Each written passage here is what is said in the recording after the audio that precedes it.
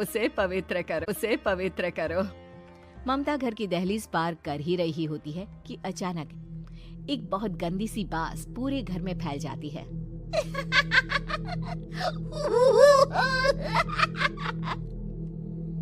ये बदबू और ये आवाजें, ये कौन हंस रहा है माँ? अब ये पड़ोसी ना हमारे थोड़े अलग से है। कहाँ हम शाकाहारी और ये मांस मच्छी खाने वाले। छोड़, तू ध्यान मत दे और गृह प्रवेश कर। और हाँ बहू, अपनी सास की एक बात हमेशा याद रखना, इन पड़ोसियों से तो कभी बात नहीं करेगी। अच्छे लोग नहीं है ये। अपनी सास की ये बात मानेगी ना बेटा?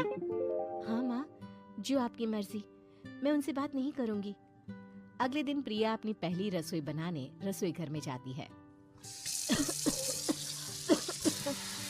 ये छोकी बात तो नाक में जा रही है। एक काम करती हूँ, खिड़की खोल देती हूँ। प्रिया खिड़की खोलने जाती है। इतने जाले, लगता है इस खिड़की को कभी खोला ही नहीं गया। पर ऐसा क्यों?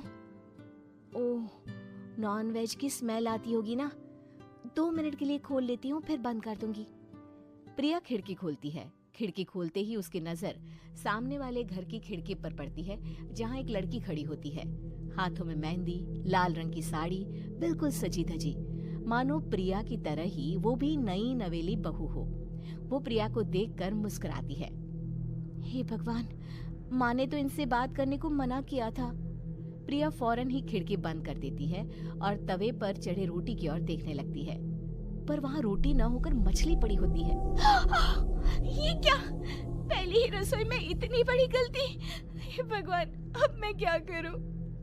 प्रिया बहुत डर जाती है और फौरन रसोई की सफाई करने और फिर सभी के लिए खाना बनाने लग जाती है।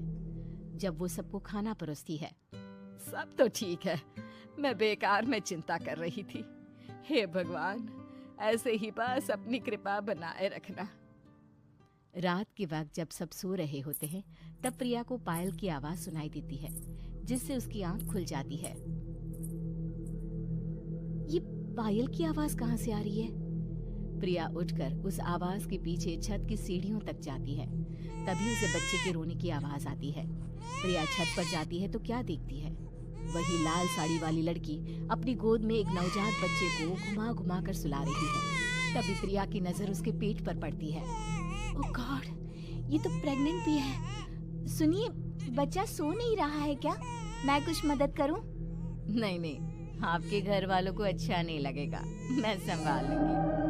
स्नेहा की गोद से बच्चा हाथ मारकर प्रिया की गोद में आने को छटपटाने लगता है।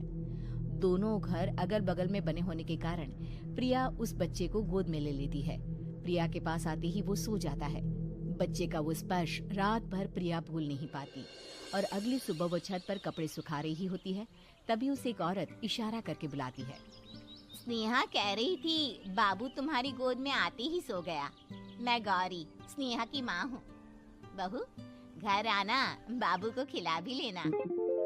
शाम को जब घर पर कोई नहीं रहता, बच्चे से मिलने के लिए प्रिया छिपकर अपनी पड़ोसन के घर चली जाती है और कुछ देर बच्चे को खिलाकर वापस लौट आती है। इसके कुछ दिन बाद ही प्रिया को पता चलता है कि वो माँ बनने वाली है। ममता की खुशी का ठिकाना नहीं रहता।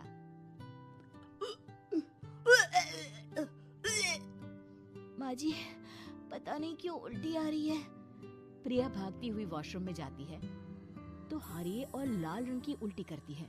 उस उल्टी में से कीड़े निकलते हैं। ये क्या? खून और ये कीड़े! माँ! माँ! प्रिया की आवाज सुनकर ममता दौड़ कर आती है, पर बेसिन में कुछ नहीं होता। प्रिया हक्की बक्की रह जाती है। ये सब क्या हो रहा है? प्रिया घबरा जाती है और अपने कमरे में जाकर सो जाती है।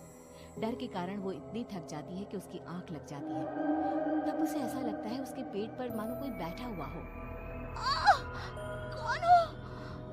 प्रिया के पेट पर एक 5 महीने की बच्ची बैठी हुई थी, जो बुरी तरह जली हुई थी।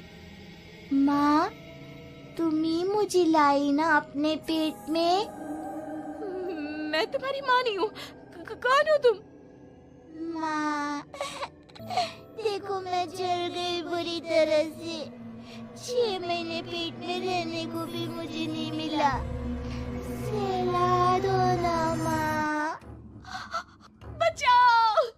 बचाओ! ममता दौड़कर कमरे में आती है। प्रिया की बातें सुनकर वो सब समझ जाती है। तू कहीं बगल वाले घर में तो नहीं जाकर आई ना बहू? मुझे माफ कर दो, मैं गई थी माँ। उस घर में सब मरे हुए हैं बहू। कई साल पहले स्नेहा उस घर में बहू बनकर आई थी।